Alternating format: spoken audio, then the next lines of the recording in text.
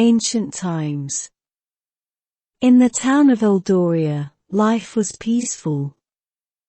The town was known for its vast museum showcasing relics from ancient times. The museum was the town's pride and joy, attracting visitors from all over. Emma, a teenager with an insatiable curiosity, often visited the museum. Her grandmother, Mrs. Thompson, was the head curator. This summer, Emma decided to intern at the museum, hoping to learn more about the ancient artifacts. On her first day, Mrs. Thompson led Emma to a newly acquired artifact. It was a beautiful, golden pendant with an inscription nobody could decipher. Emma felt a strange connection to it. The pendant seemed to be calling out to her. That night, as the museum's corridors grew silent, Emma decided to study the pendant closely.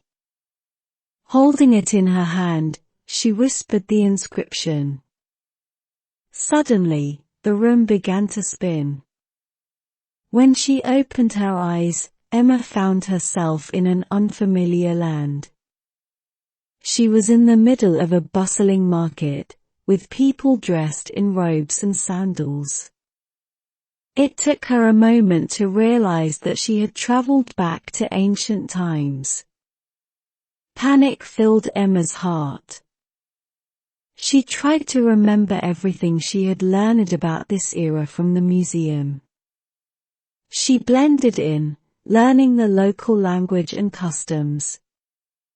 In her time there, she met a young girl named Lila, and they became fast friends. Lila introduced Emma to her world, sharing stories of gods, heroes, and epic battles. One day, while visiting Lila's home, Emma stumbled upon a familiar artifact. It was the pendant. Lila explained that it had been passed down in her family for generations. The pendant was said to possess the power to travel between worlds, but only during a lunar eclipse. Realizing that the next lunar eclipse was in 2 days, Emma decided to return to her time. With a heavy heart, she bid Lila goodbye, promising to remember their time together. The night of the eclipse, Emma held the pendant close and recited the inscription. As before, the world spun around her, and she found herself back in the museum. The experience felt surreal. Had she dreamt the whole thing? But the pendant in her hand felt as real as ever. She decided to place it in a secured display with a note explaining its powers, ensuring no one else would accidentally time travel. Emma often reminisced about her time in the ancient world and the friends she had made. The experience gave her a deeper appreciation for history and the stories behind each artifact in the museum. Through this adventure, Emma had not only traveled through time but also discovered the true magic of the past. A bad experience. In the bustling city of Valora, the life of every individual was fast-paced, and days turned to nights in a blink. Jason, a young freelance writer, had moved there with dreams of making it big. The city's energy was infectious, and he believed every twist and turn held a story waiting to be told. One evening, after a long day of hunting for stories and meeting potential clients, Jason decided to dine at a popular local restaurant. The dim lights, wooden decor, and soft jazz music created an inviting ambience. As he waited for his order, he started jotting down some ideas in his notebook. While deeply engrossed in his thoughts, a man named Marco approached him. He had overheard Jason talking to a client earlier and was intrigued by his profession. Marco described himself as a well-connected entrepreneur in the city and offered Jason a chance to write a big story about an upcoming, secretive event that would captivate the entire city. Intrigued, Jason agreed, seeing it as a golden opportunity. Marco handed him an invitation to the event and instructed him to come alone. The following night, Jason arrived at the given address. It was an old, dilapidated building on the outskirts of Valora. The place seemed deserted, but faint noises echoed from within. As he stepped inside, Jason quickly realized that he wasn't at any ordinary event but had walked straight into an underground gambling ring. Panicking, he tried to leave but was caught by Marco's men. Marco, revealing his true intentions, demanded that Jason use his writing skills to paint a positive image of his illegal activities, thus attracting more individuals to the gambling ring. Feeling trapped and fearful for his life, Jason pretended to comply. However, as he was given a tour of the place, he discreetly took pictures and gathered evidence of the illicit activities.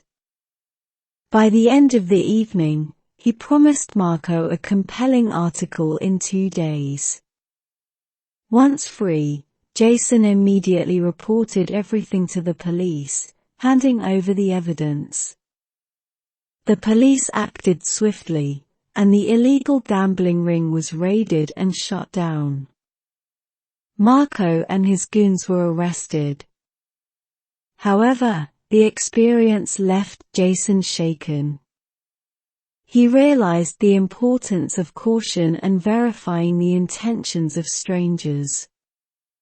The incident did, however, give him a gripping story that was picked up by major publications, boosting his career. From then on, Jason not only sought stories but also ensured that he wasn't becoming one, especially a cautionary tale. While Valora was a city of dreams, it also held its shadows, and it was essential to navigate it wisely. Watching list. Claire had always been a fan of old black and white movies. There was something about the charm, the dialogues, and the elegance of their era that fascinated her. Given her love for these classics, she had a watching list, a compilation of the must-see movies from that golden age of cinema. Every weekend, Claire would choose one from her list, pop some popcorn, dim the lights in her living room, and dive into the world of classic cinema. It had become a ritual. This weekend, she had picked Midnight Serenade, a romantic drama that she had heard so much about but never got around to watching. However, this movie night would be different. As Claire started the film, she was instantly drawn into the captivating story.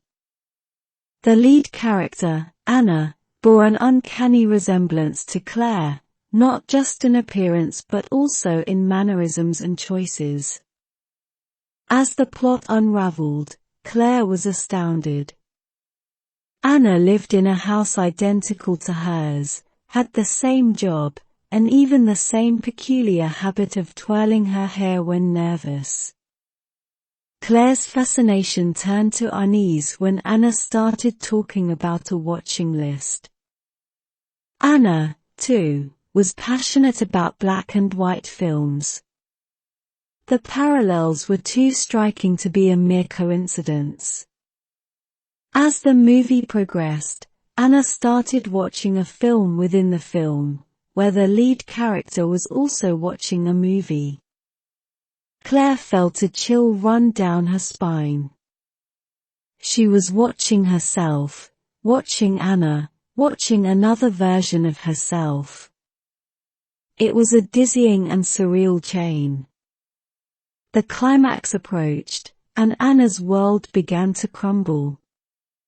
The layers of realities seemed to be crashing into one another. As Anna's screen turned to static, Claire's did too. Panicking, Claire tried to turn off the TV, but the remote didn't respond. The room grew colder, and the static grew louder, threatening to swallow her whole. Suddenly, the room was filled with a blinding light. Claire shielded her eyes. When the light dimmed, she found herself back in her living room, with Midnight Serenade playing normally, as if nothing unusual had happened. Claire turned off the movie, trying to shake off the eerie experience. She pondered whether she had fallen asleep or if it had been real. Whatever it was, she decided to keep Midnight Serenade off her watching list for a while. The next morning, as Claire sipped her coffee, she noticed something odd. Beside her coffee mug was a black and white photograph of Anna, or was it her? The lines between reality and fiction blurred for Claire, and she couldn't help but wonder if the world of Midnight Serenade was closer than she thought. Being alone. Lena always felt different from the rest. In school, while other kids formed tight-knit groups, giggling over secrets and sharing their lunch, Lena often sat on the sidelines, observing. It wasn't that she didn't want to join, she just felt an inherent distance. As years passed, Lena became more comfortable in her solitude. She filled her time with books, art, and nature walks. The world seemed louder, busier, and more connected, but Lena remained in her bubble. One evening, while walking in her favorite park, Lena noticed a solitary bird perched on a branch. Even as other birds fluttered around, this one seemed content in its solitude. Lena felt a connection. Maybe being alone isn't being lonely, she thought. Maybe it's just a different way of experiencing the world.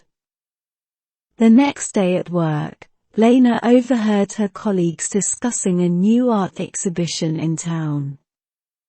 It was all about celebrating solitude. Intrigued, Lena decided to visit. The exhibition was a revelation. There were paintings of solitary trees standing tall amidst vast landscapes, photographs of lone individuals lost in thought, and sculptures portraying the serenity of being alone. One piece, in particular, caught her attention, a diary with pages filled with the musings of someone who cherished solitude. As Lena read, she felt her perspective shift. The writer spoke of solitude as a gift, a space where one could connect deeply with oneself, where the noise of the world faded, and the soul's voice became clear. Inspired, Lena started a journal of her own. She wrote about her daily observations, her dreams, and her feelings about being alone. Over time, her journal became a testament to the beauty of solitude. Lena's perspective towards her solitude transformed. She began hosting solitude sessions at her home, where people came to share their experiences of being alone. These gatherings became a sanctuary for many who felt overwhelmed by the world's chaos. One day, a young girl named Emma attended a session. She approached Lena and said, "I always felt odd for enjoying my own company. But listening to you, I realized that it's okay to be alone. Thank you for making me feel seen." Lena smiled, realizing that while she had embraced her solitude, she had inadvertently created a community. She had turned her once perceived weakness into her strength. The world continued its cacophonous dance, but Lena had found her rhythm in the quiet moments, in the beauty of being alone but not lonely.